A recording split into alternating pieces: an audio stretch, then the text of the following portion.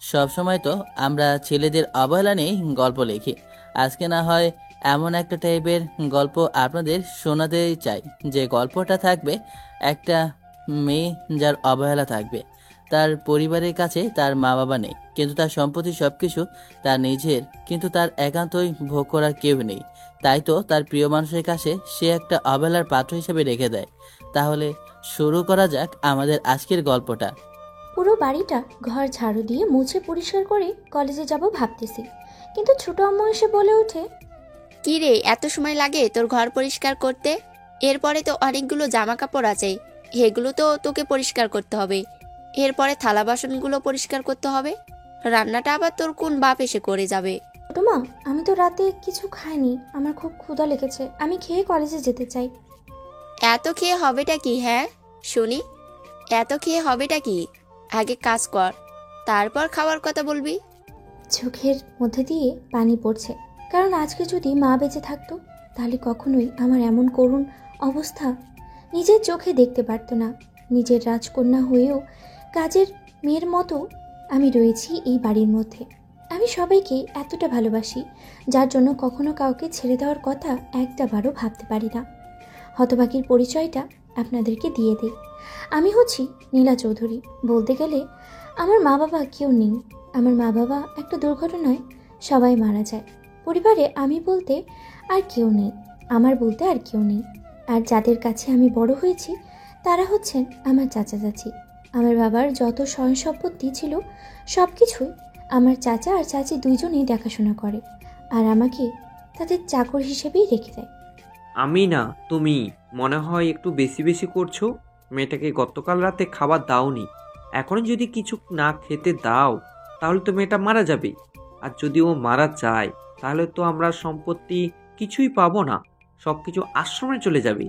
তুমি ভুলে যেও না যে মেয়েটা যদি মারা যায় আমরা কিছুই পাবো না, আর যদি বেঁচে থাকে তাহলে আমরা ওর থেকে ওর সব সম্পত্তি লিখে নিতে পারবো।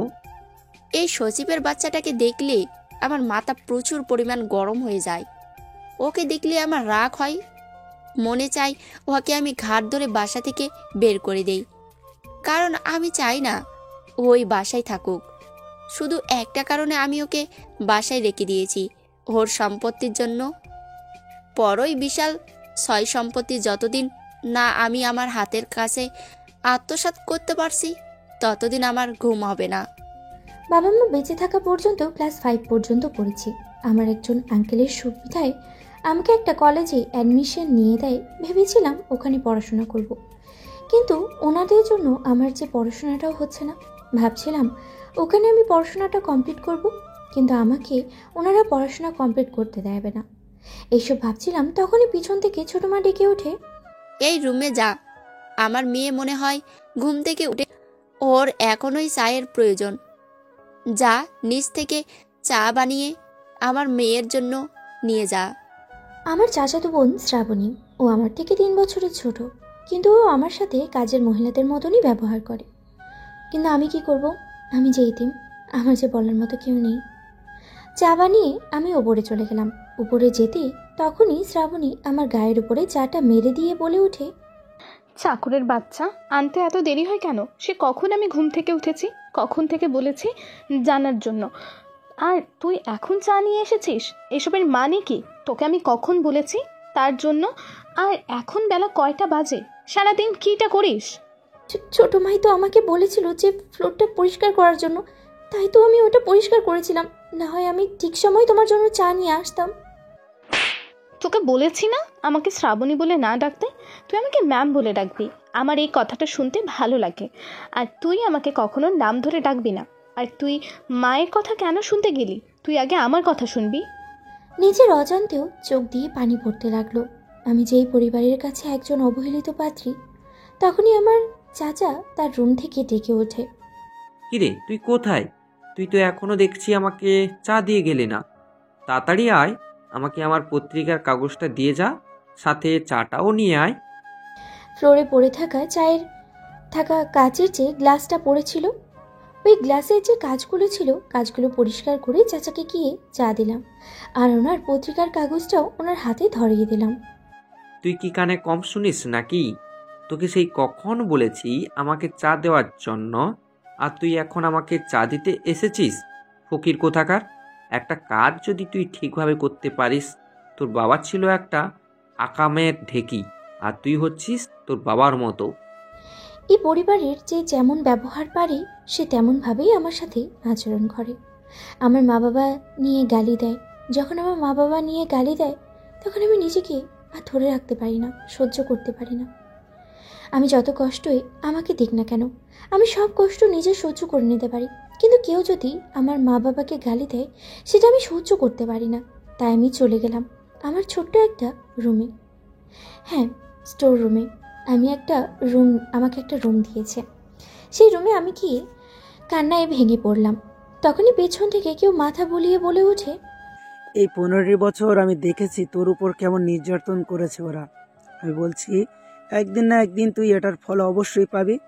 আমি দোয়া করি যে তোর জীবনে এমন একজন মানুষ আসুক যে কিনা তোর সব দুঃখ কষ্ট দূর করে দিয়ে তোকে তোর সেই প্রাপ্য অধিকারটা সে এনে দিবে। না, আমি দেখছি তোর সাথে ওরা কেমন ব্যবহার করে প্রতিনিয়ত। না, আমি জানি তুই এই পুরো সম্পত্তির মালকিন, কিন্তু তোর সাথে ওরা চাকরের মতো আচরণ করে। ওরা শুধু তোকে এতদিন ধরে বেঁচে রেখেছে শুধু তোর সম্পত্তির লোভে, না হলে ওরা মানুষ নামে অমানুষগুলো কখন যে তোকে মেরে ফেলতো তার কোনো হিসাব ছিল না। মনে রাখিস মা, আল্লাহর উপর ধৈর্য রাখ। আল্লাহ তাআলা তোকে সঠিক পথ অবশ্যই দিবে। আল্লাহর কাছে যা, আল্লাহ চাইলে সব কিছুই দিতে পারে। আল্লাহ ছাড়া কখনো কাউকে দেয় না, শুধু ছেড়ে দেয়। লন্ডনে ভালোই ছিলাম, মায়ের বাড়াবাড়িতে দেশে ফিরেছি। বাংলাদেশে এসে এয়ারপোর্টে এসে ভাবছি কাউকে কল দিব নাকি সারপ্রাইজ দিব, কিন্তু তখনই মায়ের কথা মনে পড়ে গেল। মা আমাকে বলেছিল একটা মেয়ের কথা, মেয়েটার দায়িত্ব আমার হাতে দিয়ে দিয়েছিল, তাকে বিয়ে করতে বলেছিল।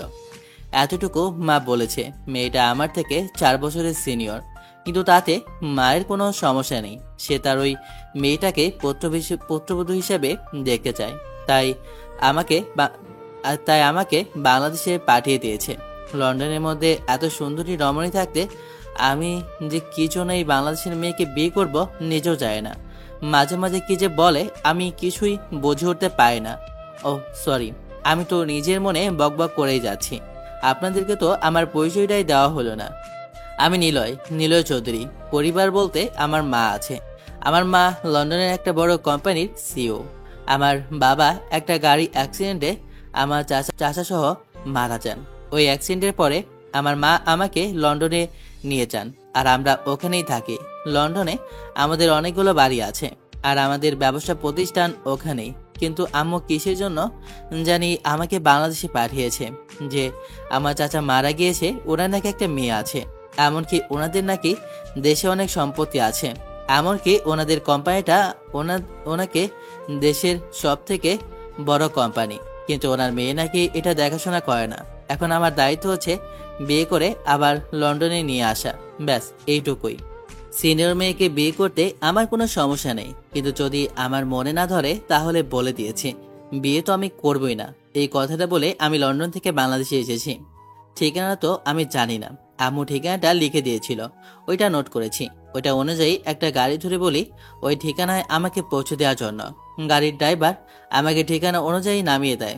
আমি বাড়ির সামনে আসতেই দেখলাম একটা মেয়ে সামনে দাঁড়িয়ে আছে। মেয়েটা আমাকে দেখে বলে ওঠে, এই কে কে আপনি? আর এখানে আসার বাসার মধ্যে ঢুকে যাচ্ছেন কেন? আপনাকে তো আগে কখনো আমি দেখিনি। এখানে কোথা থেকে এসেছেন? চোখে সানগ্লাসটা খুলে মেয়েটার দিকে তাকাতেই হাঁ করে একদম অবাক হয়ে একটুখানি তাকিয়ে আছি। এটাকে আমি স্বপ্ন দেখছি নাকি বাস্তব, নাকি এটা সত্যি কিছুই বুঝে উঠতে পারছি না। এক কথায় ওয়াও, মানে বলতে গেলে পুরাই জোস। মেয়েটার গায়ে পুরনো জামা কাপড়, মেয়েটাকে দেখে কাজের লোক মনে হয়, কিন্তু একটা মেয়ে এত সুন্দর কি করে হতে পারে? মেয়েটার চেহারা দিকে তাকালে কোনোভাবে মনে হয় না মেয়েটা যে এ বাড়ির কাজের লোক, কিন্তু মেয়েটার পোশাক দেখে একটু কনফিউশনে আছি। তখন মেয়েটাকে বলে উঠলাম, জি, এটা কি মেহেরাব সাহেবের বাড়ি না? ছেলেটার পোশাক আশাক দেখে মনে হচ্ছে ছেলেটা মনে হয় কোনো বিদেশ থেকে এসেছে, আর মনে হচ্ছে অনেক ধনী পরিবারের ছেলে। ছেলেটা এতটাই সুন্দর আর স্মার্ট, ছেলেকে দেখলেই যে কোনো মেয়ে প্রেমে পড়ে যাবে, কিন্তু আমার মতো মেয়ে না। কথা শুনে একটু বেশ অবাকই হলাম। কারণ হচ্ছে কি, মেহেরাব আমার বাবা আর আমার বাবার নামের কেউ এসে বলেনি। যে নামটা বলেছে এটা হচ্ছে আমার বাবা, আর আমার বাবা এখন বেঁচে নেই, কিন্তু বাড়িটা আছে। আর এখানে আমার চাচা আর চাচি থাকে, আর আমি থাকি। আমি তো মেয়েটার মুখে কথা শুনে মনে হয় আমি আসমান থেকে পড়ে গেলাম। কি বলছে মেয়েটা? যে মেয়েটা থাকার কথা রাজনীতির মতো, সেই মেয়েটা আজকে কাছের লোকের বেশে। এটা কিভাবে সম্ভব? আমি চোখের সামনে থেকে সানগ্লাসটা খুলে মেয়েটাকে অবাকভাবে তাকিয়ে আছি। মেয়েটা আমাকে এভাবে তাকাতে দেখে মেয়েটা নিজে থেকে বলে ওঠে, এই যে আপনি এভাবে তাকিয়ে কি দেখছেন? আর আপনি কে? আপনাকে তো আমি চিনলাম না। এই বাসায় কাকে চান? না, কাউকে আমি চাই না। কথাটা বলে আমি ওখান থেকে চলে যাই, কারণ আমি এই পরিবেশে আর এখানে থাকতে চাই না। সোজা গিয়ে একটা 5 স্টার হোটেলে উঠে এরপর আম্মুকে কল করে বলি, আম্মুকে সবকিছু খুলে বলি। সবকিছু শোনার পর আম্মু আমাকে বলে যে সেই মেয়েটার কষ্ট আর দেখতে পাচ্ছে না, যেভাবেই হোক আমি যেন ওই মেয়েটাকে ওই জানোয়ারদের হাত থেকে উদ্ধার করে নিয়ে আসি। তাই মনে মনে প্ল্যান করলাম, আমি যদি এভাবে পরিচয় দিয়ে ওদের বাসায় প্রবেশ করি তাহলে তো আমাকে আপ্যায়নের আর সীমা রাখবে না। তাই ভেবেছি নিজেকে গরিব মনে করে ওদের বাসায় ঢুকবো কাজের উদ্দেশ্যে। কল করে আমার ম্যানেজার ঈশানকে ডেকে আনলাম। ঈশান আমার আগে বাংলাদেশে এসেছে। ঈশান হোটেলে প্রবেশ করে আমার রুমে ঢুকে বলে ওঠে, স্যার, আপনাকে তো অনেকবার বলেছিলাম যে বাংলাদেশে আসেন, কিন্তু আপনি আসেন নাই। কিন্তু এখন যেহেতু এসেছেন, তাহলে দেখেন বাংলাদেশে কতটা সুন্দর। তোমার মুন্ডু আর আমার মাথা, এসব কিছুই না। তোমাকে ডেকে এনেছি এসব বলার জন্য না, তোমাকে একটা কাজ করতে হবে। স্যার, আমি তো কাজ করার জন্যই বসে আছি, আর অনেক দিন ধরে কাজ করতে পারছি না বলেই মনে হয় হাত পা কেমন ঝিমঝিম করছিল। তোমার মজা মস্কারি এখন বাদ দাও, আসল কথায় আসি। আসলে আমি একটাই বাসায় প্রবেশ করতে চাই। তোমার মজা মস্কারি এখন বাদ দাও, আসল কথায় আছি। আসলে আমি একটা বাসায় প্রবেশ করতে চাই, কিন্তু ওখানে আমি কাজ করতে চাই, কিন্তু কাজের লোক হিসাবে। আমার আসল পরিচয়টা আমি গোপন রাখতে চাই। এখন তুমি আমাকে একটা লোক দাও, যে লোকটা আমাকে একদম গরিব মনে হবে। স্যার, আমি এখনই ফোন করে মেকআপ আর্টিস্টকে নিয়ে আসছি, যে কিনা বড় বড় স্টারদের মেকআপ আর্টিস্ট। সে নিজে করে, আমি এনে আপনাকে মেকআপ করে একদম গরিব সাজিয়ে দিব, আর কিছু কথা শিখিয়ে দিব। এমন ধরনের কথা বললে আপনাকে কোনো অ্যাঙ্গেল থেকে মনে হবে না যে আপনি শিক্ষিত বা ধনী পরিবারের ছেলে। আপনাকে মনে হবে আপনি খ্যাত অশিক্ষিত গরিব একটা ছেলে। যাই হোক, তুমি এসব করো, যা যা প্রয়োজন এগুলো সবকিছু করো। যা বাবা তাই কাজ। তখন ঈশান মেকআপ আর্টিস্ট নিয়ে আসে এবং কথা অনুযায়ী কাজ শুরু হয়। কিছুক্ষণ পর আমাকে আমার আয়নার সামনে নিয়ে আসে। এখন আমি তো নিজেকেই চিনতে পারছি না। মনে হচ্ছে আমি কোথা থেকে উঠে এসেছি। গরিব দেখতে একটা ছেলে। আমার আগে যে রূপ ছিল ওই রূপের মধ্যে এখন এর বিন্দু পরিমাণও মেল নেই। মনে হয় আমি অশিক্ষিত গ্রামের একটা ছেলে। সবকিছু তো ঠিক আছে। এই ঈশান, এখন আমাকে বলো ওদের ওখানে ঢুকবো কিভাবে? কথাবার্তা তো সবকিছু শেখা হয়ে গেল। এখন আমি ওখানে ঢুকবো বা কি করে, আর কিভাবে চাকরিটা পাবো? স্যার, আমি থাকতে আপনি এসবের চিন্তা করছেন কেন? আমি তো আছি আপনার মুশকিল আসান। ঈশান জানি কাকে কল করে। কল করতে ওপাশ থেকে লোকটা বলে ওঠে, জি, কে বলছেন? জি, কিছুদিন আগে আপনি একজন কাজের লোক চেয়েছিলেন, একটা ছেলেকে চেয়েছিলেন, আর আমি সেই ছেলেটাকে এনেছি। আপনি চাইলে ছেলেটাকে আপনার কাছে নিয়ে আসতে পারি। ছেলেটা পড়ালেখা কিছুই জানে না, এবং কি অশিক্ষিত আর মূর্খ ছেলেটা, গ্রাম থেকে এসেছে। আপনি চাইলে ছেলেটাকে আপনার বাসায় নিয়ে আসতে পারি। হ্যাঁ, আপনি ছেলেটাকে নিয়ে আসেন। ছেলেটার আমার খুবই প্রয়োজন। ঠিক আছে, তাহলে আগামীকালকে আমি ছেলেটাকে নিয়ে আসব। আর আপনি যে কয় টাকা দেওয়া প্রয়োজন ছেলেটাকে প্রতি মাসে ওই কয় টাকা দিয়ে দিন। ঈশানের প্রতিভা দেখে তো আমি বেশ অবাক হলাম। তখন ওকে উদ্দেশ্য করে বললাম, কি ব্যাপার ঈশান, তুমি তো বেশ ভালোই গুছিয়ে কথা বলেছো, আর কণ্ঠ নকল করতে দেখি তোমার খুব এক্সপার্ট আছে। স্যার, আপনি আসার আগে আমি সব তথ্য আগে থেকে নিয়ে রেখেছি। আপনি শুধু এখন আগামীকালকে ওদের বাসায় যাবেন। মেয়েটা তো আমাকে দেখেছে, যদি চিনতে পেরে যায় তাহলে তখন কি হবে? স্যার, আপনি তো আয়নার মধ্যে দেখেছেন নিজেকে নিজে কি চিনতে পেরেছেন। তাহলে মেয়েটা আপনাকে কিভাবে চিনতে পারবে কোথায় রাজকুমার আর কোথায় ফকির? তুমি কি আমাকে আবার কিছু বলছো নাকি? মনে হচ্ছে ফকির বলে আমাকে গালি দিয়েছো। স্যার, আপনার এখন থেকে এসব খাওয়া অভ্যাস করতে হবে, কারণ আপনার যে চাচা চাচি ওনারা যেমন প্রভাবে মানুষ। আমি সব খবর রেখেছি। মেয়েটাকে একদম ঐতিহ্য করে ফেলে মেয়েটাকে তো পড়াশোনা করতেই দেয় না, আর মেয়েটাকে সারা দিন কাজের উপর রাখে, না খেয়ে রাখে। কখনো কখনো বাসায় পচা খাবারটাও মেখে দিয়ে দেয়, যা কুকুরও খায় না। ঈশানের মুখে কথাটা শুনে খুব খারাপ লাগলো, আর আমি মনে মনে বলতে লাগলাম, তুমি চিন্তা করো না, আমি তোমার জীবনে তোমার যত কষ্ট ছিল সবগুলো কষ্ট আমি নিজের করে মুছে দেব, আর তোমাকে আমি সুখের পরিপূর্ণ করে ভরিয়ে দেব। যা তোমার উচিত ছিল সব কিছু ভুলে যাবে। এসব তুমি কি বলছো? একটা নতুন করে চাকর নিচ্ছ মানে? আর তুমি জানো না বাসায় একটা চাকর থাকতে এর ফোনে আবারও আর একটা চাকরের কি প্রয়োজন? হ্যাঁ বাবা, তাই তো। তুমি তো জানো বাসায় কাজ করার জন্য ওই মেয়েটা আছে, তারপরে তুমি আর একটা ছাগল কি জন্য আনছো? অবশ্যই আমার প্রয়োজন, আমার সব সময় একটা কাজের লোক দরকার। আমেনা, তুমি বিষয়টা বুঝে উঠতে পারছো না। ওই ছেলেটাকে আনার আমার একটাই উদ্দেশ্য, সেই উদ্দেশ্যটা তুমি অবশ্য বুঝতে পেরেছো।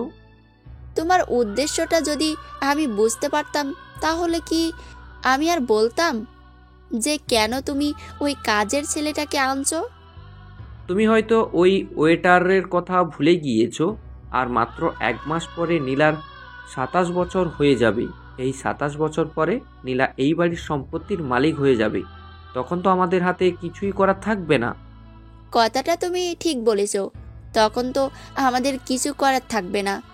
এখন তাহলে তুমি এই ওর জন্য কি প্ল্যানটা করেছো?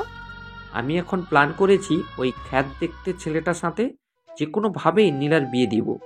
এরপরে যখন সব সম্পত্তি নীলার নামে হয়ে যাবে, তখন আমরা পরীক্ষার ছেলেটাকে টর্চার করব। তখন ওর স্বামীকে ও বাঁচানোর জন্য আমাদের নামে সব সম্পত্তি লিখে দিবে। তখন আমরা দুজনে ঘাট ধাক্কা দিয়ে ওই ছেলেটাকে আর নীলাকে ধাক্কা দিয়ে বাসা থেকে বের করে দিব। বাবা, তোমার বুদ্ধির জবাব হয় না। তুমি আসলেই অনেক সুন্দর একটা প্ল্যান করেছো। রাতে প্রচণ্ড পরিমাণে ক্ষুধায় পেটটা ফেটে যাচ্ছে। মনে হচ্ছে এখন যদি কিছু না খেতে পারি তাহলে হয়তো বা আর বেঁচে থাকতেই পারবো না, কারণ সারাটা দিন আমাকে কিছুই খেতে দেয়নি। এতটা অত্যাচার তারপরেও সহ্য করে আমি যে এখানে রয়েছি একটাই কারণ, কারণ এই বাসাটা যে আমার বাবার নিজের হাতে তৈরি করেছে। আমার বাবা আমার মায়ের স্মৃতি যে এই বাড়ির মধ্যে লুকিয়ে আছে। আমি কোনোভাবেই এখান থেকে ছেড়ে চলে যেতে পারি না। যদি মরণ হয় এ বাড়িতেই হবে। তখনই পেছন থেকে রফিক চাচা আমাকে ডেকে বলে ওঠে, মা, আমি তোর জন্য চুরি করে খাবারটা এনে রেখেছি। তুই মা এই খাবারটা খেয়ে নে, না হলে তুই বাঁচবি না। ওরা তো মানুষ না, ওরা তো অমানুষ। না চাচা, আমি খাবো না। আমি জানি আপনি খাননি। আপনি খাবারটা নিজে খেয়ে নিন, আমার প্রয়োজন নেই। আমি না খেয়ে পানি খেয়েই শুয়ে পড়বো। আমি তোকে আমার নিজের মেয়ের মতোই সব সময় দেখেছি, কখনো তোর কষ্ট আমি সহ্য করতে পারিনি। রফিক চাচা আমাদের পুরনো কাজের লোক। উনি আমার বাবা মাকে চেনে। ওনারা কতটা ভালো মানুষ ছিল। ভাই আমাকে ছোটবেলা থেকেই অনেক আদর যত্ন করতো, তাই তো উনি আমাকে অনেক জোর করে খাবারটা খাইয়ে দেয়। সুন্দর করে মেকআপ করে সকালবেলা আবার ওই বাসায় গেলাম। ওই বাসায় গিয়ে প্রবেশ করব, তখন আমাকে দেখে একটা বড় লোক বলে ওঠে, কে বাবা? তোমাকে তো আগে কোথাও দেখিনি। এ বাড়িতে কি চাও তুমি? এখানে কি জন্য এসেছো? জি, আসলে আমি এখানে একটা কাজের জন্য এসেছি। আপনি কি আমাকে এখানে মালিকের সাথে দেখা করতে পারেন? উনি আমাকে এখানে ওনার সাথে দেখা করার জন্য বলেছিল, তাই আমি ওনার সাথে দেখা করতে এসেছি। তুমি দাঁড়াও, আমি গিয়ে জিজ্ঞেস করছি যে এমন কাউকে মালকিন বলেছেন কিনা আসার জন্য। আমার কথা শুনে বৃদ্ধ লোকটা ভিতরে ঢুকে যায়। বাড়ির ভিতরে ঢুকে কিছুক্ষণ পরে সে আমার উদ্দেশ্যে বলে ওঠে, আপনাকে যেতে বলেছে, আপনি ভেতরে প্রবেশ করুন। আমি বাড়ির ভিতরে প্রবেশ করে দেখি বাড়িটা অনেক সুন্দর করে সাজানো আছে। আশেপাশের গাছগুলো লাগানো, আর ফুল গাছের মধ্যে ওই মেয়েটা ফুলে পানি দিচ্ছে। আমার কাছে মনে হচ্ছে আর একটা ফুল মেয়েটা নিজে দেখি না ফুটে আছে, কিন্তু মেয়েটাকে অযত্নে রেখেছে। বিষয়টা এমন হচ্ছে। তখন মেয়েটা আমাকে দাঁড় করিয়ে বলে ওঠে, আপনাকে মনে হয় আমি আগে কোথাও দেখেছিলাম, কিন্তু মনে পড়ছে না কোথাও জানি দেখেছি আপনাকে। ম্যাডাম, আপনার কথা হয়তো ভুল হচ্ছে। আমি এখানে একটা কাজের জন্য এসেছি। স্যারের কাছে আপনি ভুল ভাবছেন। ম্যাম, উনি ঠিক বলছে, উনি আপনার এখানে কাজের জন্য আসছে। তখন বৃদ্ধ লোকটা আমাকে ভিতরে নিয়ে যায়। সামনে বসে থাকা মাঝবয়সী লোকটা অহংকারভাবে তাকে আমায় উদ্দেশ্য করে বলে ওঠে, এই ছেলে, তুমি কোথায় থাকো? তোমার বাসা কোথায়? জি স্যার, আমি গ্রামে থাকি। গ্রামে থেকে আমার এক কাকা আমাকে আপনার এখানে কথা বলেছে। আমার মা বাবা বলতে কেউ নেই, আমি এতিম, কিন্তু আমি কোথাও কোনো কাজ পাই না। আমি পড়ালেখা জানি না, তাই আমাকে কেউ কাজ দেয় না। তাই আপনার এখানে এসেছি একটা কাজের জন্য। ঠিক আছে, আমার এখানে তুমি থাকবে আর কাজ করবে। খাওয়া দাওয়া আমি তোমাকে ঠিকভাবে দিব। আর তোমাকে দিয়ে আমার একটা কাজও আছে অবশ্য, আমি তোমাকে পরে বলবো। এখন তুমি যাও, তোমাকে একটা রুম দেখিয়ে দিতে বলছি আমি। রফিক, কোথায় তুমি? ছেলেটাকে একটা রুম দেখিয়ে দাও। স্টোরের যে পিছনে একটা ফাঁকা রুম আছে, ওই রুমটা দিয়ে দাও ওকে। তখন ওই বৃদ্ধ লোকটা আমাকে একটা স্টোরি নিয়ে যায়। দেখলাম পাশে একটা রুম, ওখানে কয়েকটা বই আছে। দেখে মনে হচ্ছে কোনো মেয়ের রুম, অনেক সুন্দর করে গোছানো। আমি রুমটার দিকে এভাবে তাকানো দেখে তখন বৃদ্ধ লোকটা আমাকে উদ্দেশ্য করে বলে ওঠে, তুমি কি আর কোথাও কাজের হদিশ পাওনি? এখানে কেন মরতে এসেছো? আর এখানেই তোমার কাজ করতে হবে? এটা কোনো বিষয়ের মধ্যে পড়ে? আপনি এমন কথা বলছেন কেন? আপনি নিজে তো কাজ করেন, তাহলে এমন কথা বলছেন কেন? তোমাকে যদি আমি বুঝাতে পারতাম তাহলে তুমি বুঝতে, কিন্তু একটা কথা বুঝে নাও, কাজের মেয়ে যদি হয় এ বাড়ির মালিক, তাহলে বিষয়টা কেমন দেখা যায় বলো তো? আর তোর কথা ঠিক বুঝতে পারলাম না। আর এই রুমে কে থাকে? এমন সুন্দর করে সাজানো আছে। ওই রুমে আমাদের ছোট মালকিন থাকে, যিনি এই পুরো বাড়ির মালিক। এবং সে পুরো বাড়ি না, পুরো সম্পত্তির সব কিছুর অধিকারী একমাত্র উনি। আপনার কথা আমি ঠিক বুঝতে পারলাম না। উনি যদি এই সয় সম্পত্তির সবকিছুর মালিক হয়ে থাকেন, উনি এই সামান্য স্টোর রুমে থাকেন কেন? এত বড় বাড়ি, এত সুন্দর বাংলো, বাড়িতে এত কিছু থাকা সত্ত্বেও উনি এখানে থাকবে কি করে? তুমি হয়তো এই বিষয়গুলো বুঝবে না, আস্তে আস্তে ধীরে ধীরে সব কিছু বুঝে যাবে। আর হ্যাঁ, তোমাকে একটা কথা বলি, একটু আগে যে মেয়েটা তোমাকে প্রশ্ন করেছিল, ওই মেয়েটাই হচ্ছে আমাদের ছোট মালকিন। বুঝতে পারলাম না আপনার কথাটা। সে যদি এ বাড়ির মালিক হয়, তাহলে ওনার এমন পরিবেশে কেন ওনাকে এভাবে রেখেছে? সব কিছুই যে নিয়তির খেলা, তুমি এগুলো বুঝবে না। তুমি ওই যে রুমটা দেখতে পাচ্ছ, ওইখানে আজকে থেকে থাকবে। একটু মশা আছে, তুমি নিজে একটু কোনোভাবে ম্যানেজ করে নিও। চাচা, একটু আগে যে একটা ছেলে দেখলাম এসেছে, ছেলেটাকে তো কখনো আগে দেখিনি। এখানে কিসের জন্য এসেছে? আপনার ছোট চাচা এখানে ছেলেটাকে কাজের ছেলে হিসেবে রেখেছে। এখানে গ্রাম থেকে এসেছে কাজের উদ্দেশ্যে। ছেলেটা কি ওই স্টোর রুমে থাকতে পারবে? ওখানে তো প্রচন্ড পরিমাণের মশা, ও রাতে ঘুমাবে কি করে? ছোট মেম সাহেব, আপনি আসলে খুবই হাস্যকর। একজন মানুষ নিজে এতটা কষ্ট করে এত বছর ধরে রয়ে গেলেন এই একটা স্টোর রুমের মধ্যে, আর আপনি অন্য একটা ছেলের কথা ভাবছেন। যে ছেলেটা গরিব অনাথ বড় হয়েছে গ্রামের মধ্যে, সেই ছেলেটার কথা যে মেয়েটা বড় হয়েছে সোনার চামচ মুখে নিয়ে, আর সেই মেয়েটা আজকে রয়েছে সামান্য একটা স্টোর রুমে, যেখানে কোনো কুকুর বা জীবজন্তু থাকতে পারে না, সেখানে রয়ে গেছেন। নীলা, নীলা, কোথায় গেছিস? এই নীলার বাচ্চা, কতবার তোকে ডাকছি, এখনো আসিস না কেন? জি ম্যাম, আমি আসলে একটু পানি আনতে গিয়েছিলাম। বলেন কি জন্য আমাকে দেখেছেন? আমার ফ্লোরটা কেমন নোংরা হয়ে আছে দেখেছিস? এক্ষুনি আমার পুরোটা সুন্দর করে পরিষ্কার করে দে। কথাটা বলেই শ্রাবণী তার রুম থেকে চলে যায়। আমি দেখছি শ্রাবণী মনে হয় কোনো নেশা জাতীয় কিছু খেয়েছে, তাই ফ্লোরটা এমন এইসব জিনিসপত্র ছড়িয়ে ছিটিয়ে অবস্থায় করে রেখেছে। স্টোর রুমটা দেখে এতটা অবাক হয়েছি, যেখানে কোনো একটা মানুষ কিভাবে থাকতে পারে। আর চারপাশে প্রচুর পরিমাণ মশা। মায়ের জন্য কতটা কষ্ট করা লাগতেছে দেখেছো? কিন্তু মেয়েটাকে আমি প্রথম দেখে পছন্দ করেছি, এবং কি মেয়েটাকে মনের মধ্যে আমার রাজকুমারী হিসেবে শোভে দিয়েছি। তাই মেয়েটার জন্য আমি সব কিছু করতে পারি। মেয়েটাকে যে প্রথম দেখায় আমি ভালোবেসে ফেলেছি। একটা মেয়ে এতটা সুন্দর কিভাবে হতে পারে? আমি মনে হয় এমন মেয়ে জীবনেও দেখিনি। আমি ওপরে গিয়ে দেখি নীলা নিচের ফ্লোরটা পরিষ্কার করছে। ওর হাতে প্রচন্ড পরিমাণ ব্যথা, ও ব্যথায় কুকড়ে উঠছে। আমি কাছে গিয়ে ওর হাত ধরে বলে উঠি, একে আপনার হাতে তো দেখছি পুরো পুড়ে গেছে, আপনার কিছু লাগাননি এখনো? এখানে বসে আছেন। আপনি এখানে এসেছেন কেন? আপনাকে এখানে দেখলে শ্রাবণী অনেক রাগ করবে, সে আমাকে মারতেও পারে। এই, আপনি এত কথা বলছেন কেন? আপনার হাতের এমন অবস্থা, আর আপনি এই অবস্থায় কাজ করছেন, এটা মোটেও ঠিক না। পরে দেখা গেছে বড় একটা সমস্যা হতে পারে।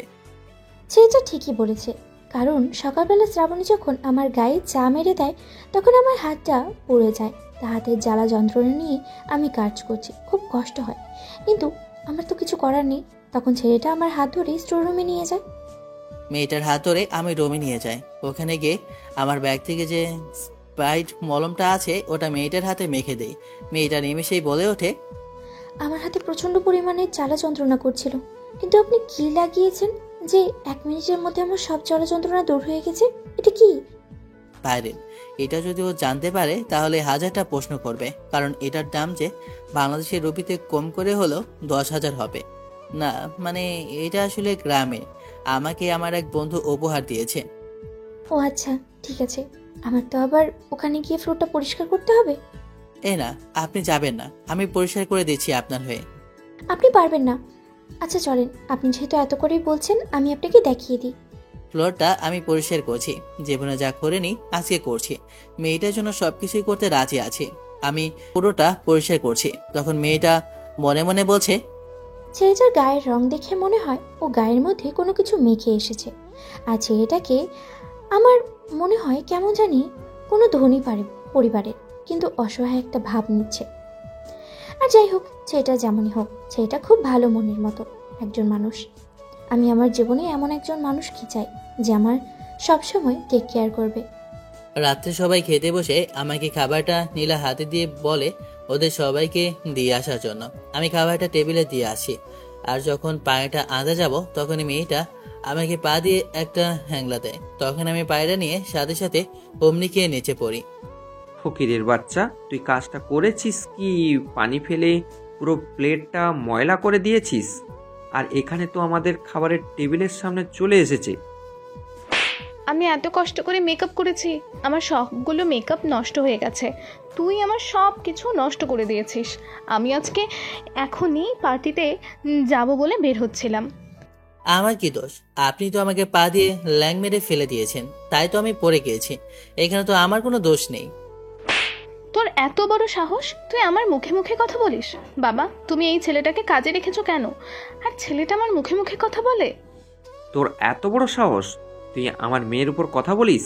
আজকে তোকে আমি এমন মাইর দিব যে তুই কখনোই বলবি না। লোকটা তখন বেল বের করে আমার গায়ের উপর মারতে লাগলো, আর আমি ব্যথায় চিৎকার করতে লাগলাম। আমি কখনো এভাবে মার খাইনি, তাই আমার যন্ত্রণা খুব বেশি লাগছিল। আমার এমন অবস্থা দেখে মেয়েটা পা ধরে বলতে লাগলো, ছেলেটা কিভাবে মারবেন না? ছেলেটা এতিম, অনেক গরিব, ও গ্রাম থেকে এসেছে, কিছু জানে না, তাই তো এমন অবুঝের মতো করেছে। আপনি ওকে ছেড়ে দিন। আমাকে অনেকক্ষণ পেটানোর পর তখন নীলাকে মারতে লাগলো। আমার মার খেতে যতটা না আমি কষ্ট পেয়েছি, তার থেকেও বেশি কষ্ট পাচ্ছি যখন নীলাকে মারছে এটা দেখে। কিছুক্ষণ পর নীলাকে ছেড়ে দেয়। আমি ব্যথায় নিজের রুমে চলে যাই। নীলাকে দেখে ওকে বলে উঠলাম, আমার জন্য আপনাকে মার খেতে হলো। এটা আমার রোজকারই রুটিন, এতে আমার এখন অভ্যস্ত হয়ে গেছি। কিন্তু আপনি তো নতুন, আপনার খুব ব্যথা লেগেছে। আপনি বসুন, আমি আপনাকে মেডিসিন লাগিয়ে দিচ্ছি। নীলা আমার ব্যাগ থেকে মেডিসিনটা নিতে গিয়ে তখনই দেখে আমার যত ইংরেজি বইগুলো আছে সবগুলো পড়ে আছে। ছেলেটার ব্যাগ থেকে আমি যখন মেডিসিনটি নিব তখনই দেখলাম ব্যাগের মধ্যে কতগুলো ইংরেজি বই। ছেলেটা নাকি অশিক্ষিত, তাহলে এত ইংরেজি বই ওর ব্যাগের মধ্যে কি করে? আর ব্যাগের মধ্যে দেখতে পেলাম দামি দামি অনেক কিছুই, যা আমি শ্রাবণীর রুমে দেখেছিলাম। আর আমি এমন একটা জিনিস দেখি যে জিনিসটা আমাকে ভাবতে বাধ্য করে, কারণ ছেলেটার ব্যাগের ভিতরে একটা দামি ফোন। এই ফোনটার দাম কম করে হলেও 2 লক্ষ টাকা হবে, কিন্তু এটার ব্যাগের মধ্যে এত দামি ফোন কি করে হলো? আমি পাওয়ার বাটনটা একটা ঠিক টিপ দিয়ে দেখলাম যে ফোনটা চুরি করে এনেছে কিনা, কিন্তু না, ফোনের মধ্যে স্ক্রিনে দেখলাম ছেলেটার ফর্সা মুখে বসে উঠেছে, মানে ভেসে উঠেছে। এই চেহারার সাথে ছেলেটার সাথে মিল আছে, কিন্তু এই ছেলেটার সাথে মিলটা আর পার্থক্যটা এমন যে ছেলেটার মুখটা কালো আর এখানে ফর্সা। তার মানে আমি যা ভেবেছি তাই কি? তাহলে ছেলেটা এমন পরিবর্তন হয়ে এখানে আসার কারণটা কি, আর উদ্দেশ্যটা বা কি? আর এভাবে ও কষ্টগুলো মেনে নিচ্ছি বা কেন? ওর আসল উদ্দেশ্যটা কি? কিছুই আমি বুঝে উঠতে পারছি না। আমি ওর ব্যাগটা বন্ধ করে মেডিসিনটা নিয়ে ওর শরীরের মধ্যে লাগাতে লাগলাম। আমি স্পর্শ করে ওর শরীরটা দেখলাম যে পুরো ফর্সা শরীর, কোনো একটু বিন্দু পরিমাণ দাগ নেই, শুধু মায়ের দাগগুলো লেগে আছে। প্রশাসনের দাগগুলো লাল হয়ে ফুটে উঠেছে। ওর মুখটা কালো মনে হচ্ছে, কোনো কিছু মেখে নিয়ে এসেছে। আচ্ছা, আপনাকে একটা প্রশ্ন করব। হ্যাঁ করেন, সমস্যা নেই। আপনার সাথে ওনারা এত অত্যাচার করে, তাহলে আপনি এখানে পড়ে আছেন কেন? কি করব বলেন, আমার বাবার যে শেষ স্মৃতি বলে এই বাড়িটা, আমি এই বাড়িটা ছেড়ে কিভাবে চলে যাই?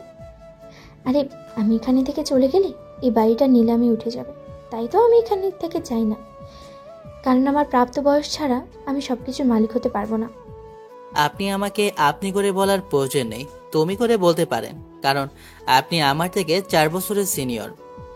আপনি কিভাবে জানলেন আমি যে আপনার 4 বছরের সিনিয়র? আমি তো পড়ে গেলাম একটা দ্বিধার মধ্যে, যে কি বলতে কি বলে ফেললাম।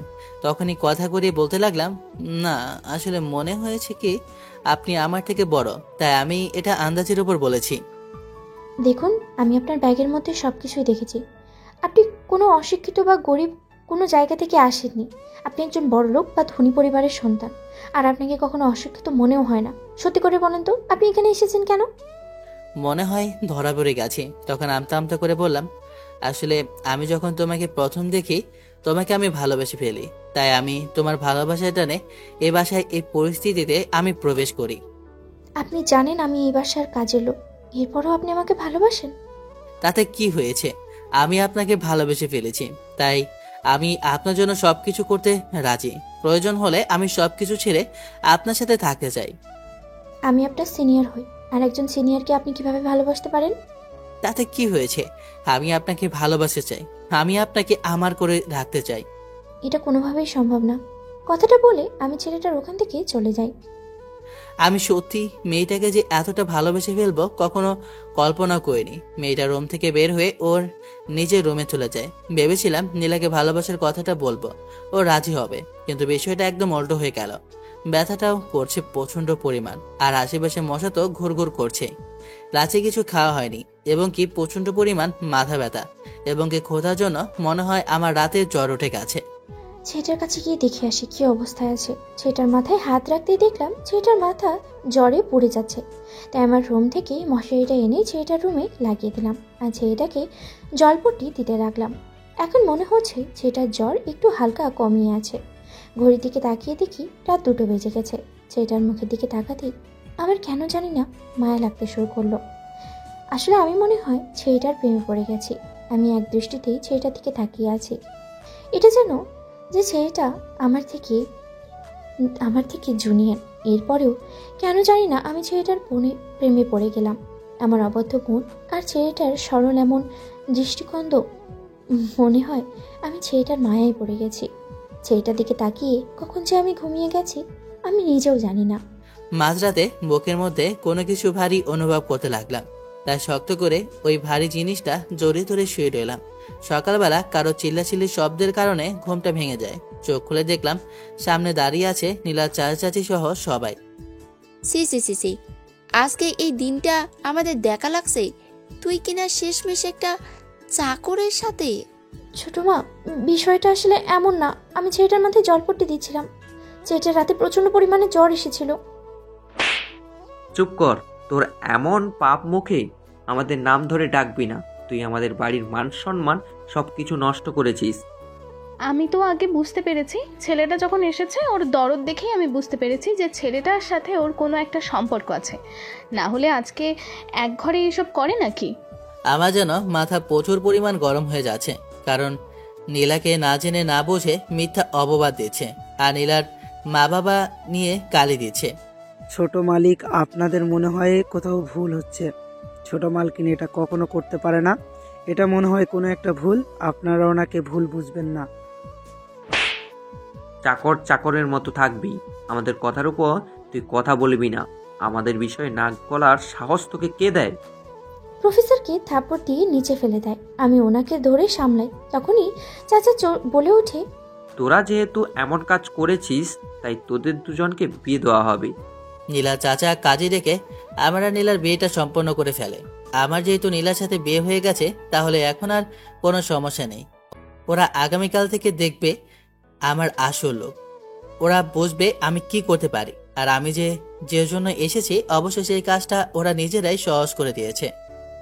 তোমার মাথায় দেখি অনেক বুদ্ধি।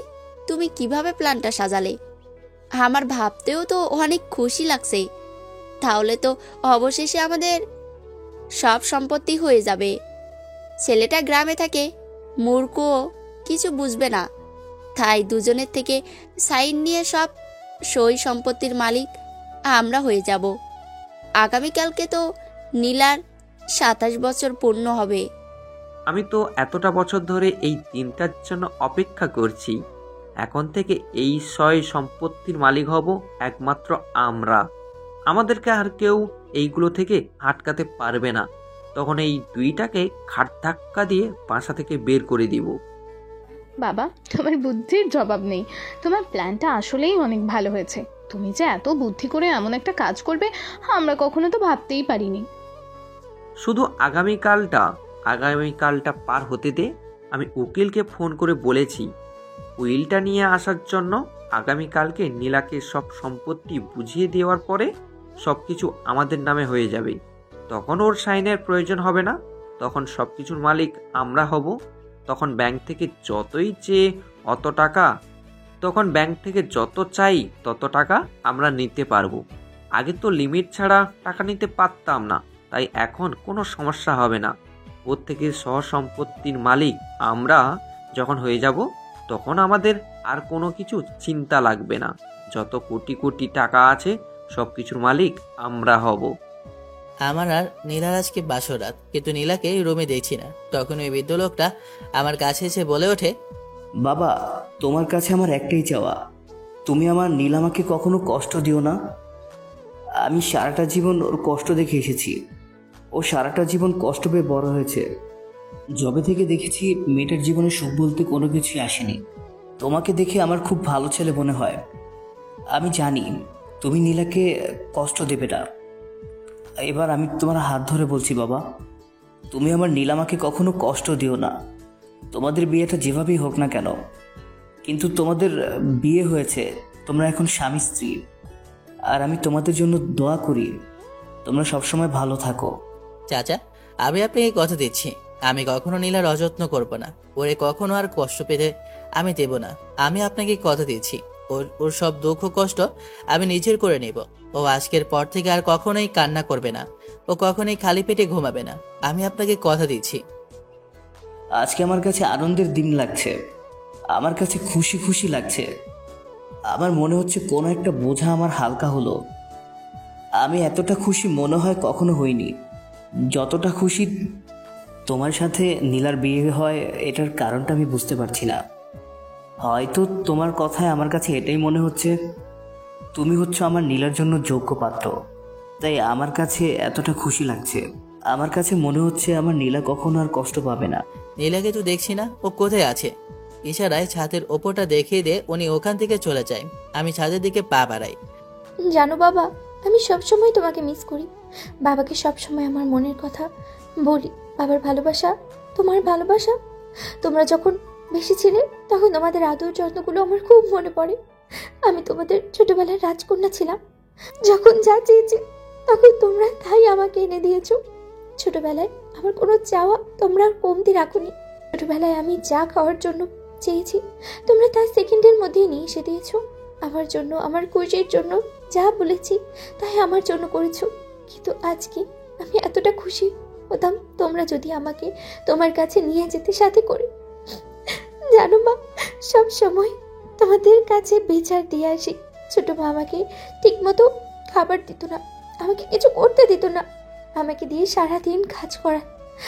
আমার তো খুব কষ্ট হয় মা। আমি তোমাদেরকে সব সময় বলতাম আমাকে তোমাদের কাছে নিয়ে যেতে, কিন্তু তোমরা আমাকে নিয়ে যাও না কেন মা? আমি কি করেছি? আমি কি এতটাই খারাপ যে তোমরা আমাকে তোমাদের কাছে নিয়ে যাও না? জানো মা, আজকে আমাকে কলঙ্কহীন বলেছে, আজকে আমাকে পতিতা বলেছে, আজকে আমাকে যা ইচ্ছে তাই বলেছে। আমি নাকি খুবই নোংরা একটা মেয়ে। আমাকে যা ইচ্ছে বলে, কিন্তু তোমাদেরকে নিয়ে গালি দিলে আমার সহ্য হয় না মা। আমি যে কথাটা নিতে পারি না, আমার খুব কষ্ট হয়। মনে হয় কেউ আমার বুকের মধ্যে সুই খেতে দিয়েছে। ছেলেটার সাথে আমাকে বিয়ে দিয়ে দিয়েছে, কিন্তু এতে আমার বিন্দু পরিমাণ কষ্ট নেই, কারণ ছেলেটা আমাকে ভালোবাসে আর আমিও ছেলেটাকে ভালোবাসি। কিন্তু আমার কষ্ট এটাই, আমাকে মিথ্যে অপবাদ দিয়ে বিয়েটা দিয়েছে। এই কষ্টটা যে আমি কখনোই ভুলতে পারবো না। তখনই পিছু থেকে কেউ হাত রাখে আমার উপরে। কাঁধে হাত দিতে নীলা পেছন ফিরে তাকালো, দেখলাম ওর চোখে পানি। তখন আমি ওখানে বসে নীলার হাত ধরে ওর অশ্রু দুটো মুছে বলে উঠি, তুমি কান্না করো না, আমি তোমাকে কথা দিচ্ছি, তুমি যতটা না অপমান অপদস্থ হয়েছ তার থেকেও দ্বিগুণ ওরা পাবে। ওরা বুঝবে যে তোমাকে এতটা কষ্ট দেওয়ার ফল কি হতে পারে। আমি তোমাকে কথা দিচ্ছি, আমি কখনো তোমাকে আর কষ্ট পেতে দেব না। আমি তোমার হাতটা যেহেতু ধরেছি, কথা দিয়েছি কখনো এই হাতটা আমি আর ছাড়বো না। তোমার অমর্যাদা আমি কখনোই হতে দেব না। নিলয় আমার হাতটা শক্ত করে ধরে কথাগুলো বলতে লাগলো। আমার মনের ভিতরে একটা প্রশান্তি লাগতে শুরু করলো।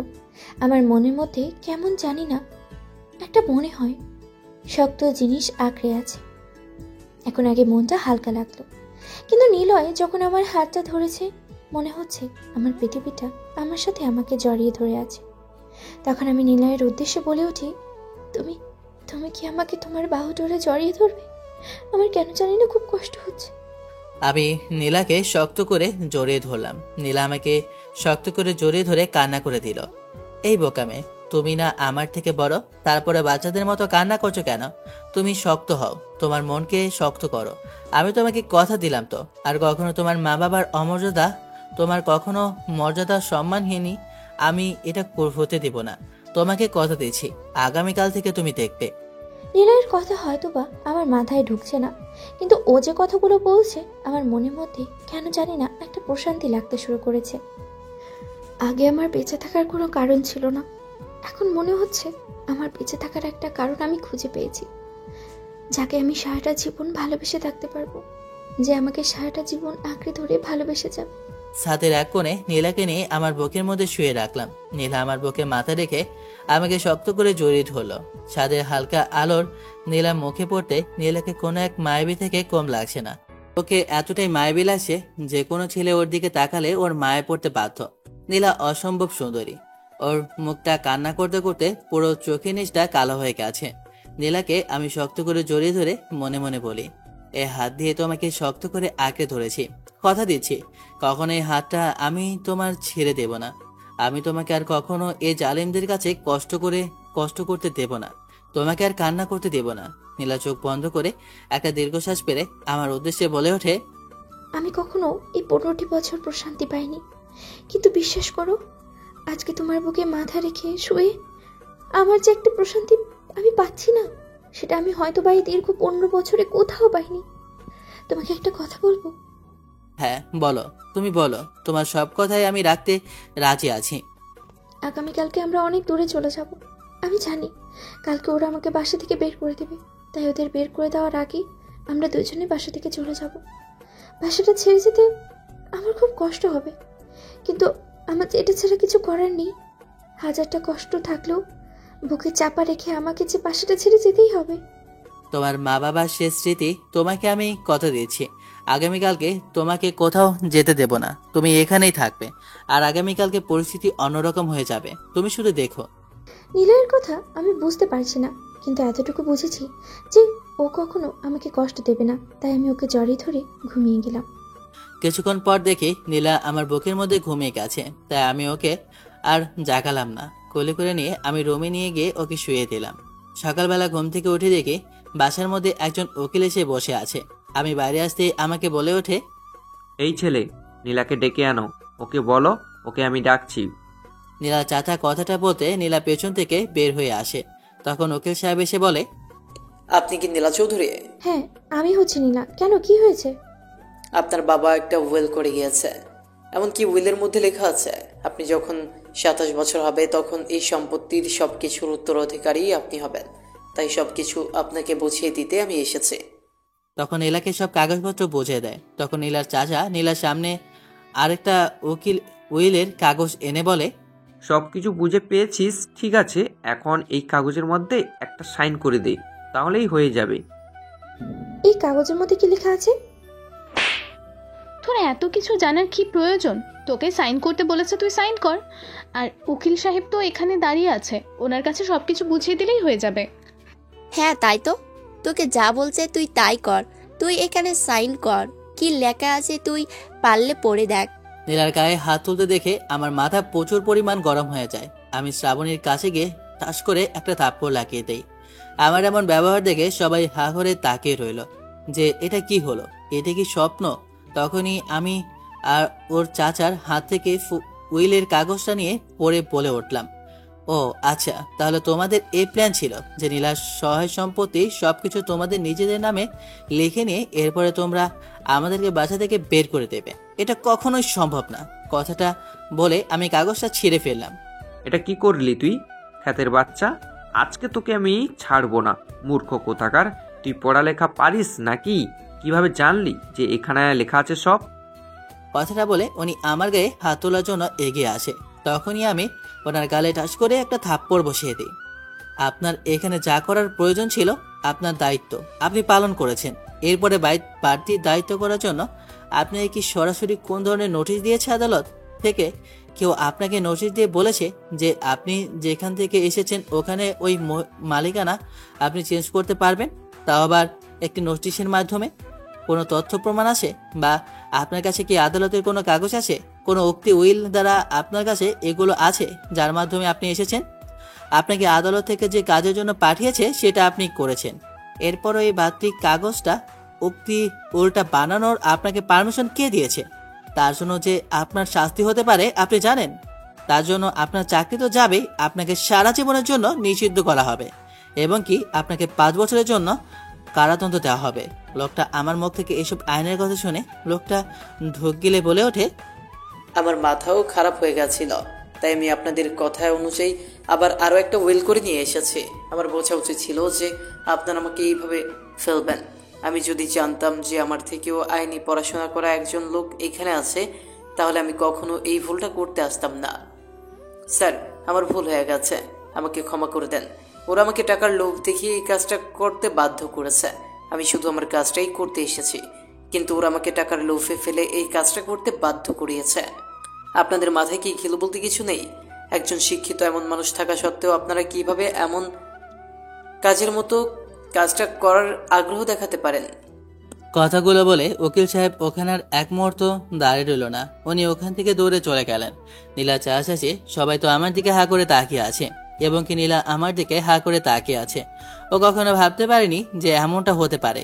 ও হয়তো ভেবেছিল আমি শুধুমাত্র কিছু পড়ালেখা করেছি, কিন্তু আমি যে ডিগ্রি শেষ করেছি ওর কোনো ধারণাই নেই। তার মানে তুই কোনো কাজের ছেলে বা গ্রাম থেকে আসা কোনো খ্যাত না, তুই হচ্ছিস শিক্ষিত একটা ছেলে। তার মানে তুই এখানে কি জন্য এসেছিস? তোর আসল মতলবটা কি? এখানে তোর কারণটা কি ছিল? তোদের মতো জালেমদের কাছ থেকে এই মেয়েটাকে উদ্ধার করাই আমার কাজ ছিল। তোরা তো এতটা পাপিষ্ট, তোদের পাপের শাস্তি দেওয়ার জন্য আমার আসার উদ্দেশ্য। তুই কে? তোর পরিচয় কি?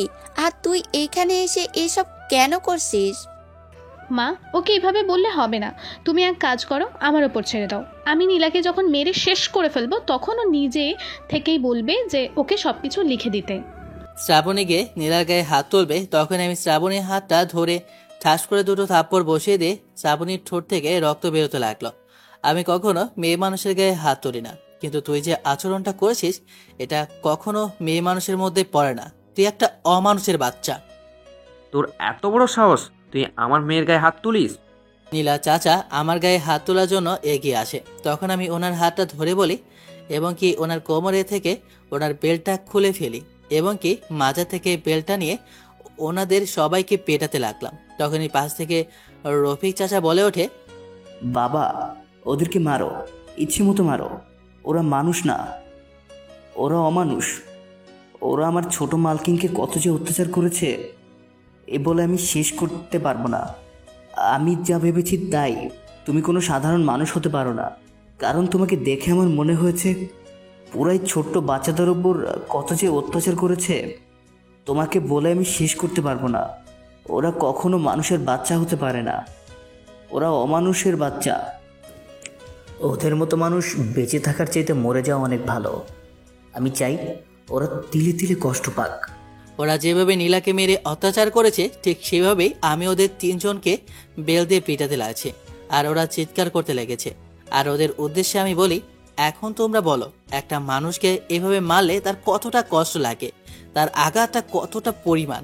তাদের খারাপ লাগতে পারে যাকে তোমরা এত পরিমাণ অত্যাচার করো। মাত্র 10 মিনিট পেটানোর পর তোমাদের এমন অবস্থা হয়েছে। আর একটা মানুষের তোমরা দীর্ঘ 15টি বছর ধরে তিলে তিলে কষ্ট দিচ্ছ, তার ওই সময় কি ফিল হচ্ছিল বল? আপু, নীলা আপু, প্লিজ আমাদেরকে ছেড়ে দিতে বলো। তোর স্বামীকে বল না আমাদেরকে ছেড়ে দিতে, আমাদেরকে না মারতে। আমি তো হাঁ করে শুধু নিলয়ের কর্মকাণ্ড দেখছি, আর দেখছি চাচা চাচি শ্রাবণী সহ আমার পায়ের সামনে এসে হাত জোর করে বলছে তাদেরকে ক্ষমা করে দেওয়ার জন্য। আমি যেন পাথরের মতো দাঁড়িয়ে আছি। এসব থেকে তখনই চাচা বলে, তুমি কে? তোমার আসল পরিচয় বা কি? হ্যাঁ, আমি আর অন্য কেউ না, আমি হচ্ছি আপনার বড় ভাই রুদ্রনীল চৌধুরীর একমাত্র সন্তান নিলয় চৌধুরী, যার বাবা সহ নীলার বাবা এবং ওর মা সহ অ্যাক্সিডেন্টে মারা যায়।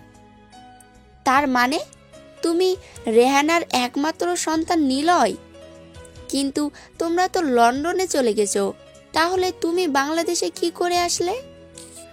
আমরা লন্ডনে খুব ভালোই ছিলাম, কিন্তু আমরা কখনো কল্পনা করতে পারিনি যে আমাদের ছোট চাচা চাচি যে এমন নির্দয় হবে।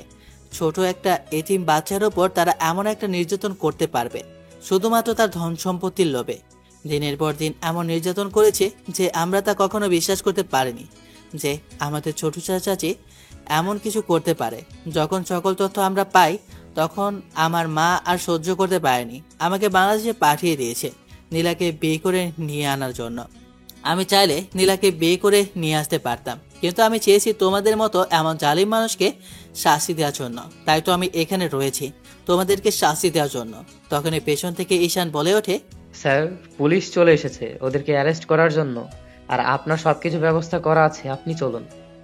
তখন পুলিশ এসে শ্রাবণী এবং আমার ছোট চাচা চাচিকে হ্যান্ডকাপ লাগিয়ে পুলিশ জিপ গাড়িতে উঠিয়ে নেয়। নীলা যেন এখনো নিজের চোখে বিশ্বাস করতে পারছে না যে ওর সামনে এসব কিছু কি ঘটে যাচ্ছে।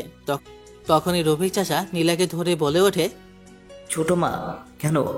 উনি অশিক্ষিত না, উনি একজন শিক্ষিত মানুষ। উনি আর কেউ না, উনি আপনার আপন চাচাতো ভাই। রফিক চাচা আমার কাছে এসে আমাকে জড়িয়ে ধরে কান্না করে বলে ওঠে, তুমি সেই আগের মতোই রয়ে গেছো নিলয়। আমি তোমাকে সেই ছোটবেলায় দেখেছি, তুমি সেই সময় কত দুষ্টামি করেছ। নীলা তোমার থেকে বড় ছিল, কিন্তু তুমি সবসময় নীলাকে শাসন করতে। নীলা মনে হয় তোমার কাছে বাচ্চা ছিল, আর তুমি ছিলে নিজের কাছে বড়। কিন্তু আজ দেখো, এমনটাই হয়েছে। নীলা আজ বাচ্চাই রয়ে গেছে। তুমি এখনো নীলাকে শাসন করার মতোই যোগ্য। এসব বলে রফিক চাচা কান্নায় ভেঙে পড়ে। নীলার দিকে খেয়াল করে দেখে কান্না করছে, আর একটু অভিমানও করেছে আমার আসল পরিচয়টা লুকানোর জন্য। তখন আমি নীলার কাছে গিয়ে ওকে জড়িয়ে ধরি। তখনও আমার বুকের মধ্যে কিলকুশি মারতে মারতে বলে ওঠে, তুমি আমাকে তোমার আসল পরিচয়টা বলনি কেন? আমি সেই ছোটবেলা থেকে তোমাকে ভালোবাসি। তুমি আমাকে একটিবার যদি বলতে, তাহলে আমি আমার সব কষ্টগুলোকে বলে তোমাকে আপন করে নিতাম। বিশ্বাস করো, আমি তোমার এই কষ্টগুলো দেখে সহ্য করতে পারিনি। তাই তো আমি সবকিছু লোকে এই দিনটার জন্য অপেক্ষা করছিলাম এতদিন ধরে। এখন থেকে তোমার আর কোনো কষ্ট করতে হবে না, তোমাকে কেউ আর কাজ করতে বলবে না। স্যার, আপনাকে কিন্তু এখন এই এমন অবস্থায় কিন্তু একদম কাইসার মতো লাগছে বলতে গেলে। ঈশানের কথা শুনে নীলা হেসে ওঠে। তাই আমি ওপরে গিয়ে ফ্রেশ হয়ে নিচে নামতে নীলা আমার দিকে হা করে তাকিয়ে আছে। নীলয়কে দেখে মনে হচ্ছে আমার সেই স্বপ্নের রাজকুমার, যাকে আমি স্বপ্নের মধ্যেই সব সময় দেখতাম, যাকে আমি স্বপ্নের মধ্যেই ভালোবেসেছি। কি দেখো এভাবে? তোমাকে।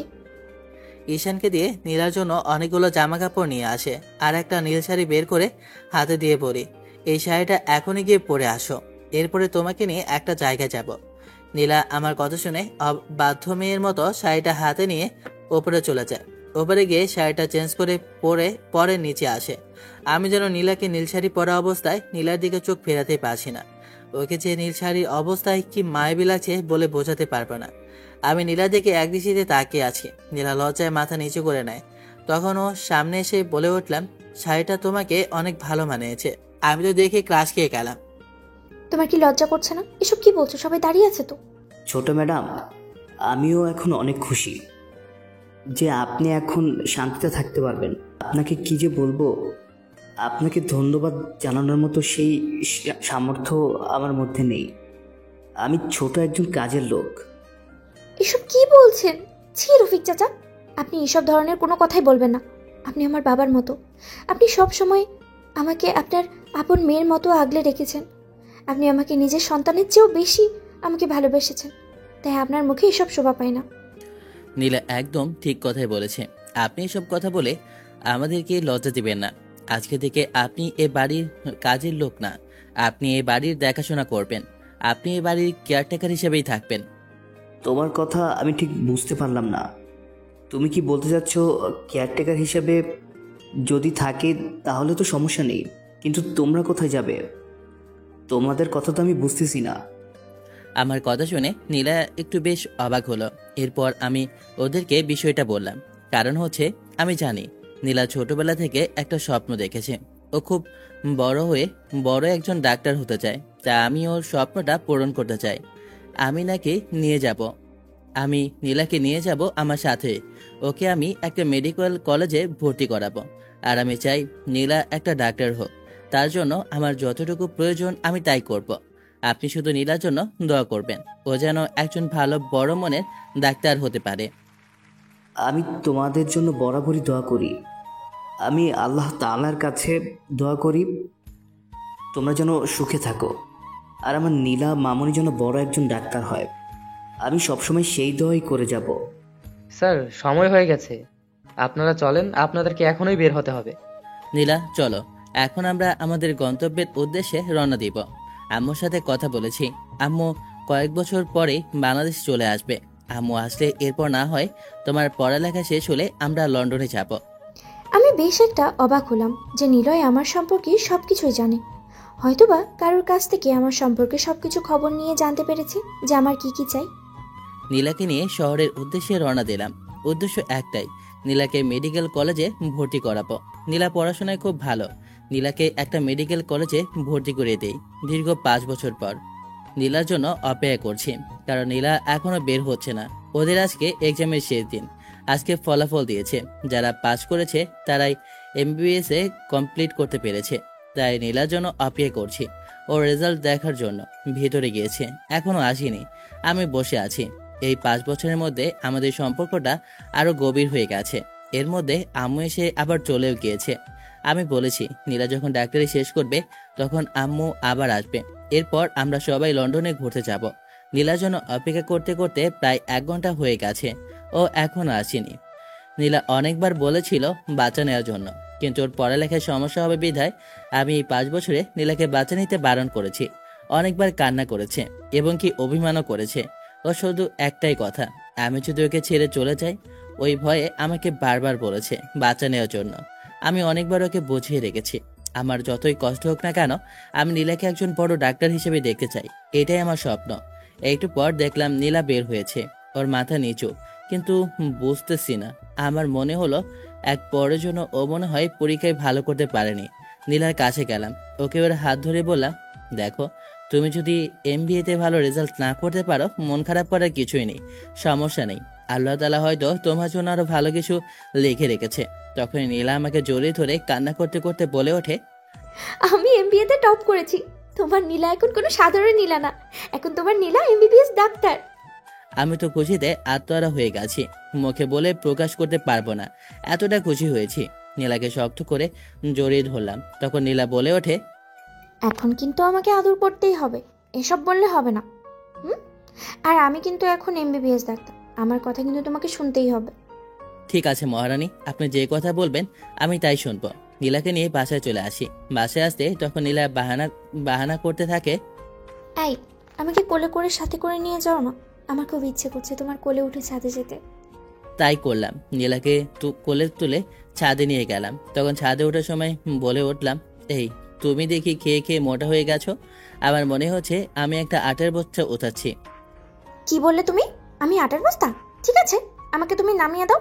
আর লাগবে না, আমি তোমার কোলে ওঠার জন্য আর বাহানা করবো না, ঠিক আছে? এখনই নামিয়ে তো বলছি, আমি যেহেতু আটার বস্তা, কোনো প্রয়োজন নেই। আহা, আমার লক্ষ্মী সোনা, এমন করে না। আমি তো শুধু একটু তোমার সাথে মজা করেছি, তাই না? কপালে একটু চুমু দিয়ে কথাটা বললাম। ঠিক আছে, আর যদি একবার বলো তাহলে কিন্তু হাতে একটা সুই লাগিয়ে দেবো, তখন দেখবো তুমি কি করো। নীলার হাসির মধ্যে লুকিয়ে আছে আমার প্রশান্তি। ও একটিবার হাসি দিলে আমার মন ছুঁয়ে যায়। নীলাকে ছাদে নিয়ে গেলাম। হালকা চাঁদের আলোয় নীলা মুখে পড়তে নীলাকে এক অপরূপ সুন্দরী লাগছে বলে বোঝানো যাবে না। তখন নীলা বাচ্চাদের মতো বলে ওঠে, এই শোনো না, আমি তোমার বুকে মাথা রেখে ঘুমাতে চাই। তোমার বুকে মাথা রেখে না ঘুমালে না আমার ভালো লাগে না। নীলাকে আমার বুকে মাথা রেখে শুয়ে দিলাম। নীলা বাচ্চাদের মতো হাঁটু গেড়ে শুয়ে রইল। তখন নীলা বলল, এই শোনো না, কি বলো? বলছি তো শোনো না। আরে বাবা, শুনতেছি, তুমি বলো কি বলতে চাও। আমার না লজ্জা লাগে। ধুর, লজ্জা পেলে বলার প্রয়োজন নেই। তোর ছাতা, তুমি আমার কোনো কথাই শোনো না। নীলা একটু অভিমান করে কথাটা বলল। আরে বাবা, আমি তো ইচ্ছে করে বলিনি, সরি বাবা, এই যে কান ধরলাম, বলো। আমার না মানে একটা বেবি লাগবে। তুমি নিজেই তো একটা বেবি, আমার সিনিয়র হয়েও বাচ্চাদের মতো করো। সব সিনিয়র মেয়েরাই তার জুনিয়র স্বামীর কাছে বাচ্চা, বুঝছো? আচ্ছা বুঝলাম, আমরা বেবি কিনে নিয়ে আসবো। এই কথা শুনে নীলা অভিমান করে আমার বুক থেকে উঠে যায়, সোজা নিচে গিয়ে দরজা বন্ধ করে দেয়। এই শোনো না, আমি তো তোমার সাথে মজা করছি। আমরা বাজার থেকে বেবি কিনে আনবো না, আমাদের নিজেদেরই বেবি হবে। তোমার এই সব মন মজা মস্করা তোমার কাছেই রাখো। তুমি আমার সাথে কথা বলবে না, তোমার জন্য আমি দরজাও খুলবো না, তুমি বাইরেই থাকো। শোনা, এমন করো না, আমি বললাম তো আমার ভুল হয়েছে, আমাকে ক্ষমা করে দাও প্লিজ। নীলা চকলেট খেতে পছন্দ করে, তাই নীলার জন্য চকলেট এনে রেখেছি। তখন নীলাকে বলে উঠলাম, তোমার জন্য কিন্তু তোমার ফেভারিট একটা জিনিস কিনে এনেছি। না, এসব বললে চলবে না। আমার এখন ফুচকা খেতে মন চাইছে, তুমি আমাকে ফুচকা এনে দাও, আমার এখন ফুচকা লাগবে। কি বলে মেয়েটা, এত রাতে আমাকে ফুচকা আনতে বলছে? কোথায় পাবো আমি এখন এ রাতে ফুচকা? তুমি যদি ফুচকা আনতে না পারো তাহলে ঠিক আছে, আজকে তুমি বাইরে থাকো, দরজা আমি খুলছি না, এটা তোমার শাস্তি, বুঝে নাও। কি করব বুঝতে পারছি না, এত রাতে দোকানও খোলা পাবো কিনা তাও যায় না। তাই বাইরে গেলাম, বাইরে গিয়ে ঈশানকে কল করলাম। তখন ঈশান কলটা রিসিভ করে ওপাশ থেকে বলে ওঠে, স্যার এত রাতে কল করেছেন, কোনো সমস্যা হয়েছে নাকি? যদি সমস্যা হয়ে থাকে তাহলে বলেন, আমি আপনার কিভাবে সাহায্য করতে পারি? একটা হয়েছে, এখন কি করা যায় সেটা বলো। আমি তো সমস্যার মধ্যে পড়ে গিয়েছি। তখন ঈশানকে সবকিছু খুলে বললাম। সবকিছু শুনে একটু হেসে বলে ওঠে, স্যার মেয়েদের এই সমস্যাটা বড় সমস্যা, কি সমস্যা কোনো সমাধান নেই। তাই আমি বলছি আপনি যা ডিমান্ড করেছে তাই এনে দিন। তুই বুঝে উঠতে পারতেছিস না আমি জিনিসটা কোথায় পাবো? স্যার আমার জানা অনুযায়ী একটা লোকেশন আছে, ওই লোকেশনে গেলে আপনি হয়তো ওটা পেয়ে যাবেন, কারণ ওই সময় উনি দোকান খোলা রাখেন। উনি হয়তোবা জানেন আমাদের মতো এমন হতভাগা আছে যারা এমন নানা ধরনের বাহানা সামলাতে হয়। ঈশানের কথা অনুযায়ী আমি গেলাম। সত্যি ওখানে ফুচকা পেলাম। ফুচকা এনে এই রাতে আমি নীলার কাছে গেলাম, গিয়ে বললাম, দেখো তোমার জন্য কিন্তু আমি ফুচকা এনেছি। সত্যি বলছি তো? যদি মিথ্যে হয় তাহলে কিন্তু তোমাকে আমি উত্তম মধ্যম দেবো বলে দিলাম। নীলা দরজা খুলে দেখে আমি ওর জন্য ফুচকা এনেছি। ও হাত থেকে ফুচকাটা নিয়ে বাচ্চাদের মতো খেতে শুরু করলো। একটা জিনিস আমি বুঝি না, মেয়েরা ফুচকার মধ্যে পেয়েছিটা কি? সারাদিন ওরা একটার পর একটা ফুচকা নিয়ে পড়ে থাকে। ওদেরকে যত প্লেটই দেওয়া হোক না কেন, ওরা সবগুলোই ফুচকা খেয়ে সাবার করে ফেলবে। কি এখন কি তোমার অভিমান কমে গিয়েছে? না, এখন তো শুধু রাগটা কমেছে, কিন্তু অভিমান একটুও কমেনি। তাই কথাটা বলে আমি নীলার কাছে দিতে লাগলাম। নীলা এটা দেখে পিছাতে লাগলো আর কাপা কাপা কণ্ঠে বলতে শুরু করলো, এই তুমি আমার দিকে এভাবে আসছো কেন? কারণ আজকে তোমাকে খাবো সুন্দরী, হা হা হা। যা শয়তান বেটা। আমি নীলার কাছে যেতে লাগলাম আর নীলা পিছুতে পিছুতে বলে ওঠে, এই আমি কিন্তু তোমার চেয়ে, আর তুমি কিন্তু একদম আমার কাছে আসবে না, নয় কিন্তু তোমার খবর আছে। নীলাকে আর একটা কথা বলতে দিলাম না। ওর ধৈর্যটা আমি নিজে দখলে করে নিলাম। প্রায় 5 মিনিট পর ছেড়ে দিলাম। নীলা আর আমি দুজনেই হাঁপাতে লাগলাম। এরপর আমি ওর কানে কানে বললাম, আজকে কিন্তু তোমাকে অনেক আদর করব। যা শয়তান, তোমার মুখে কিচ্ছু আটকায় না, না দেখো না যে কত মানুষ শুনছে? এসব কথা বলতে তোমার একটু লজ্জা করে না? তাই তো, আপনাদের লজ্জা শরম বলতে কিছুই নেই। এখানে আমরা স্বামী স্ত্রী রোমান্টিক গল্প করছি, আর আপনারা নির্লজ্জের মতো বসে থাকছেন। যারা যারা বিয়ে করেননি, বিয়ে করে সুখী শান্তিতে সংসার করেন। আর আমার মতো এমন রোমান্টিক গল্প আমার থেকে প্রয়োজন হলে শিখে নেবেন। যাই হোক, আজকের গল্পটা কেমন হয়েছে অবশ্যই আপনারা কমেন্ট করে জানাবেন।